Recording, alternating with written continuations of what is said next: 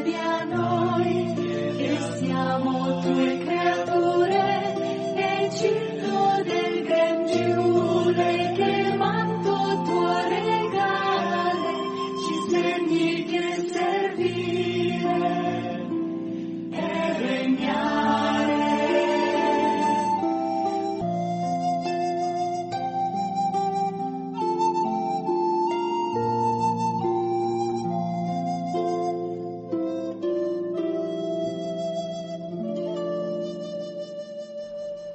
Pilato ha fallito in tutti i suoi tentativi di liberare Gesù. Il tumulto cresce sempre di più, la gente, sobillata dalle autorità, urla perché Gesù sia condannato. A questo punto il governatore compie un gesto significativo. Prese dell'acqua e si lavò le mani davanti alla folla. È diventato quasi proverbiale l'espressione lavarsene le mani e attribuire a Pilato un gesto di indifferenza, come di colui che non ha voluto assumersi una responsabilità. Di fatto, però, l'Evangelista Matteo, l'unico a raccontare questo gesto di Pilato, mette in bocca al governatore una frase importante: sono innocente di questo sangue. Intende declinare la responsabilità della condanna a morte di Gesù. Lo ritiene sangue innocente. È una espressione non romana, quindi non appartiene al linguaggio di Pilato, è certamente una elaborazione dell'Evangelista che ha una base culturale biblica e adopera l'espressione sangue innocente secondo un formulario biblico per indicare uno che è stato condannato a morte senza motivo. Pilato rivendica la propria innocenza rispetto al sangue di Gesù e dice alle autorità giudaiche: vedetevela voi. È la stessa cosa che i sacerdoti avevano detto a Giuda, rinviando a lui tutta la responsabilità. Il gesto di lavarsi le mani deriva da un rito biblico codificato nel libro del Deuteronomio al capitolo 21. E probabilmente Matteo allude proprio a questa eventualità.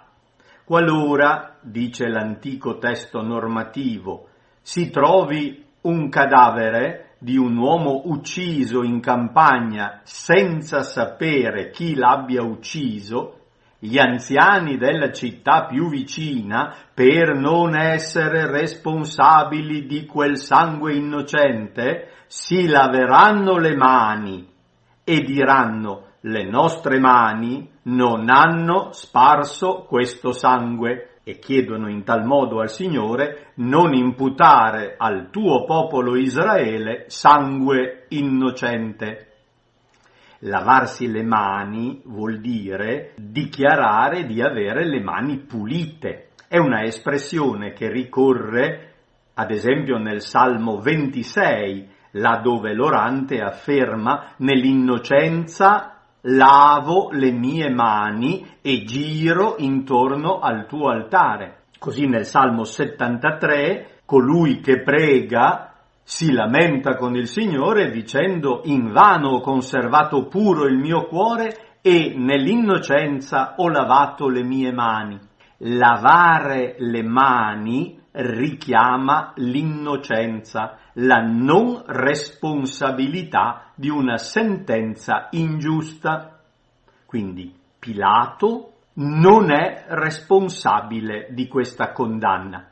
L'Evangelista Matteo sottolinea con forza la sua innocenza, mentre tutta la responsabilità cade sul popolo. Matteo infatti mette sulla bocca del popolo una frase pesantissima: il suo sangue ricada su di noi e sui nostri figli.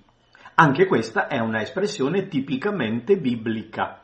La troviamo ad esempio pronunciata da Salomone nel primo libro dei Re, al capitolo 2, quando il giovane, appena salito al trono, ordina l'uccisione di Joab, che è stato il generale di Davide, e afferma che il suo sangue, il sangue della vittima, ricadrà sulla testa stessa di Joab e sulla testa della sua discendenza, perché è responsabile.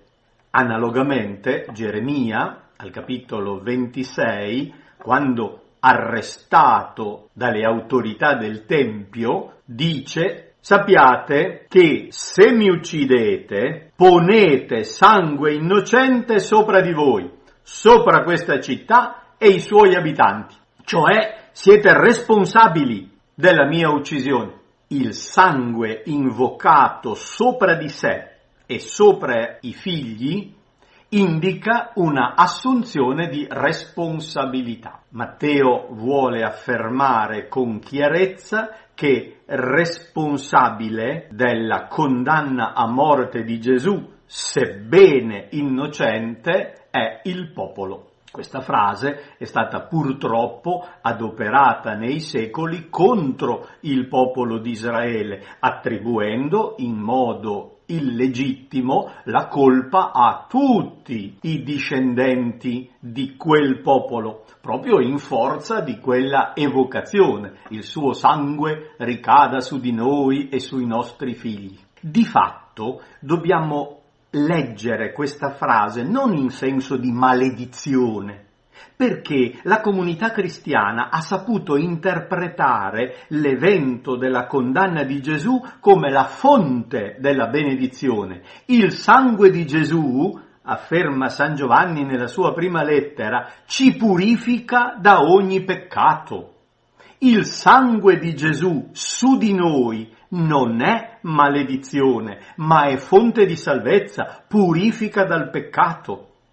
Allora, non c'è in questa pagina dell'Evangelista Matteo una polemica cattiva contro il mondo giudaico, ma una sottolineatura storica di responsabilità e contemporaneamente una indicazione teologica della potenza del sangue di Cristo, che fa bene anche ai nemici.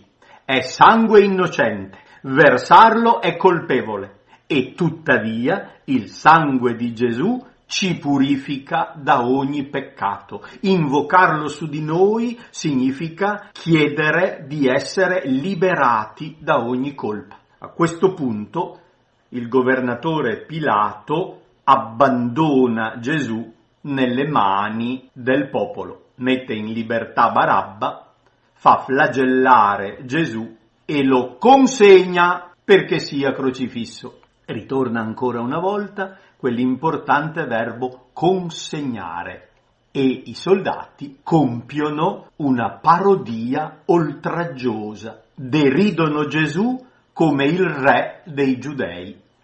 Una serie di 12 verbi raccoglie l'Evangelista per descrivere in una incalzante successione i vari gesti di derisione. Lo spogliarono, gli misero addosso un mantello rosso come se fosse un'autorità romana, intrecciarono una corona di spine e gliela posero sul capo.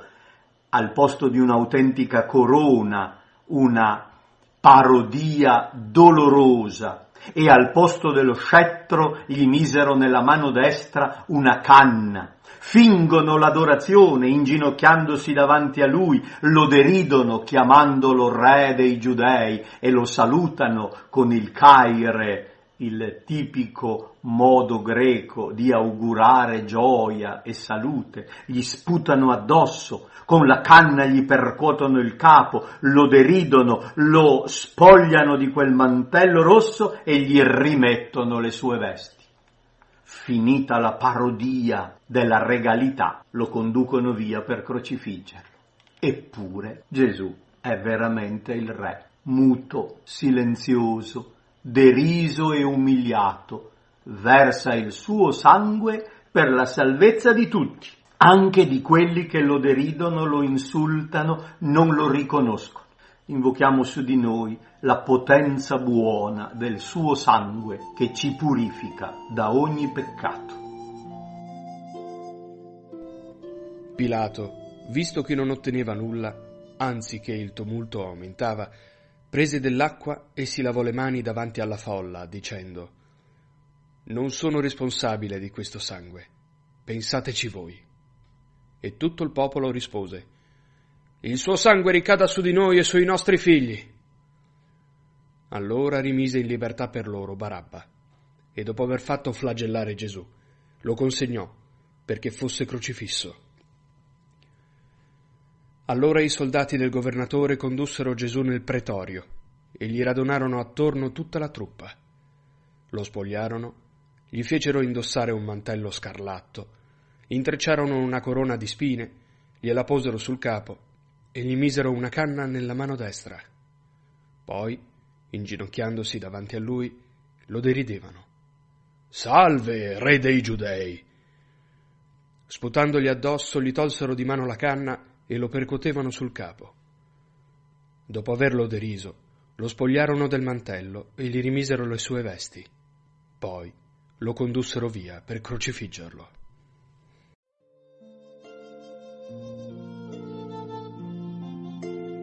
A te paghiamo, Signore.